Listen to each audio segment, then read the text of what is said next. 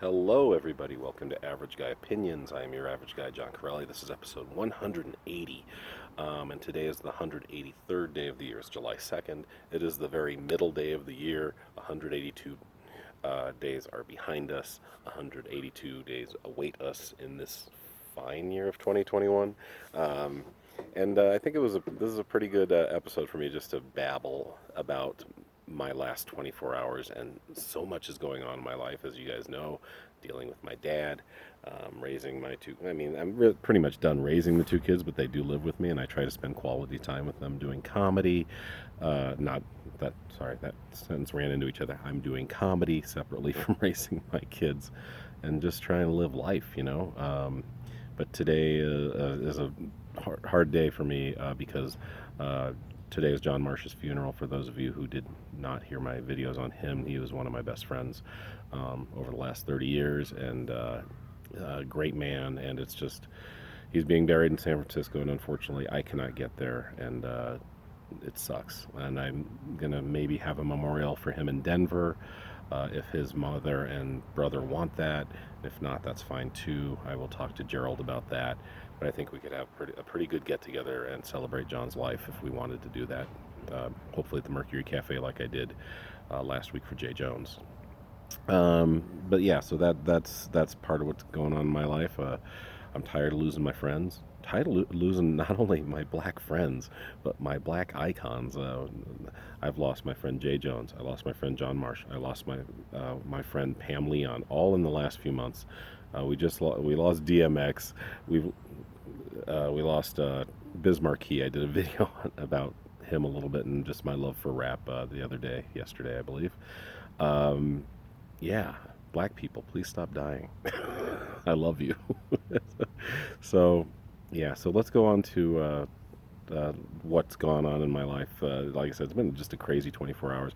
I went up to Longmont and I bombed at a mic it was a fun. I had fun because most of my contemporaries did great. But it was a birthday roast for Ricky Ramos, who's a great dude, and I just sucked. And I did like 3 minutes. I could have done 5 to 10, but it's one of those sets where you just go right in the toilet immediately, and you're just like, okay, this isn't going to go well. I'm not going to try to punch through this for another 3 to 7 minutes. Okay, I'm done. Bye. And just give the mic to someone else more capable. And luckily, the next guy, Rick Bryan, was a lot more capable. He's a really good comic. And excuse me. And there we are. I let him. He was like, dude, I almost missed the mic. He's like, I was out taking a leak. You were supposed to take longer than I sucked, and I just wanted to get off the stage. And so here you are. So that was that. I lost my credit cards. I don't know if they were stolen, but it seems like they were stolen. And here's a little story behind that. I got them all canceled today, and no purchases were made on them. But I had somebody cleaned out my wallet. I go up to Longmont with my friend Dick Black, comic. Stage name, obviously. And I I didn't bring cash, so I went to get my card out to buy a drink, and my cards are all gone. So it's weird. I don't know where the hell they are. I could have lost them. They could have been stolen, and I'm trying to backtrack. It's very weird. So that was a little bit of stress to start my day today, canceling all those cards and freaking out last night. When I should have canceled them last night, but I was a dumbass and watched John Wick with my son instead because that was the priority. He really wanted to watch, and he waited for me all night to get home from comedy. Didn't get home till about 11, and we watched John Wick. Like I said, this is just being stream of consciousness. Saw a coyote last night right here on our street as me and Dick Black were driving back to my place because we carpooled, and I was about to drop him off at his car in my home. Coyote. He's like, what? And I was like, yeah, they come out sometimes in the suburbs. Like, as you can see behind me, this is typical of every yard on this block in Wheat Ridge and throughout Wheat Ridge. It's actually one of those Tree City, USA cities. It says it when you enter the town, which is silly. Many suburban cities are Tree City, USA. There's certain trees per capita apparently to get that status, but it really is. There's a lot of dense, not just trees, but bushes and underbrush and all kinds of stuff. A lot of rabbits live here. Unfortunately, some cats often get killed by a coyote for a meal, so that's why I don't let my cat out. So yeah, I saw a coyote last night, so that was kind of cool. And explained to Dick what that was all about, him being a city boy. Like, yeah, we got him here. Let's talk about my dad. Uh, Dad's had a tumultuous 24 hours himself. Maybe that's I don't know. Maybe that's something that's I'm projecting right now, because we had a victory over there yesterday. What I call a victory. When I've told, I've talked on the Jesus Christ. Sorry, I think that's my allergies stuffing me up a little bit. But I've talked on this channel about my dad and the difficulties of getting him into assisted living or a nursing home, and him micromanaging everything and not letting me just take control and get rid of his stuff. And I'd want him to weigh in on that, obviously, but he's just got to micromanage everything. It's ridiculous. So, yeah, and I've mentioned, I think he has a very extensive record collection. We got a victory yesterday, and he let me take that stuff out of here. It's in my home now. We're going to probably eBay it. We'll just see what we're going to do with this stuff. But it's an amazing record collection. I'm looking forward to going through it with my son and maybe actually listening to some of them, which breaks my heart that he didn't do that. I mean, they've been just wrapped up for years and years. And I know it should be an investment as well, but just enjoy the music. Buy something and enjoy it. Why does everything have to be an investment? But so that was a small victory. I also got a lot of his old paperwork out of there that I'm going to shred for him. And so we got 5 huge boxes out of there yesterday, and that's really a huge victory. And on the downside for my father, he called me yesterday, and he was rejected by Little Sisters of the Poor, which really sucks.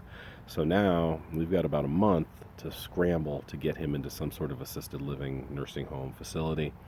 Um, I felt bad for him. This is the first time in a long time I've just felt really bad for him. I feel bad for him all the time because of his health, but he's often doesn't take responsibility for that. He doesn't say, "Oh, I shouldn't have smoked my life away." He's like, "Oh, I don't know what the deal is today." The deal is every day you have about 10% lung capacity because you smoked for 60 years. You don't want to, if you want to rationalize that, it's really hot today, or maybe there's a lot of pollutants in the air. No, your lungs are done. I won't deny that there's pollution in the air, but that's not why you can't breathe. You can't breathe because you smoked your life away. Yeah, so, but so he just sounded so despondent when he called me last night. It was just like, okay, I think he's like, the floor, it just feels like the floor's been taken out from under me, John. I don't know what to do. And I go, hey, all we can do is just try to get you somewhere. That's all we can do. There's a part of me that still, as much as we have a shitty relationship and he hasn't been that great to me all these years, would like to put him in this home. My mom and my stepdad are upstairs. There's no way that's going to happen. So we got to find something.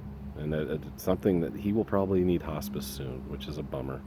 As much as we did not have a good relationship, in the end, he's the reason I'm here.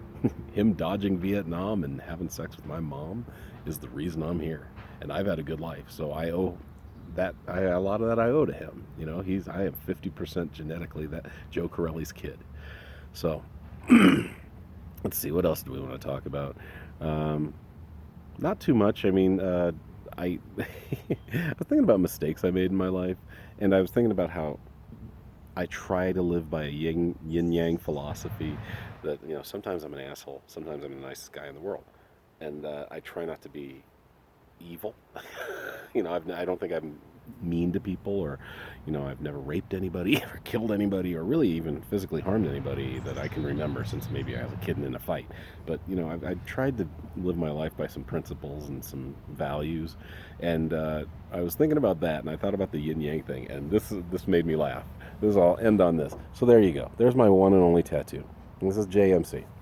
My middle name does not begin with an M. My middle name is Charles, okay? Now, I got this for the woman I left my wife for. Yeah, that's how smart this is. Luckily, it works out, and I'm going to get it altered because my first son's name is Dante Joseph, so I can put a D over the J.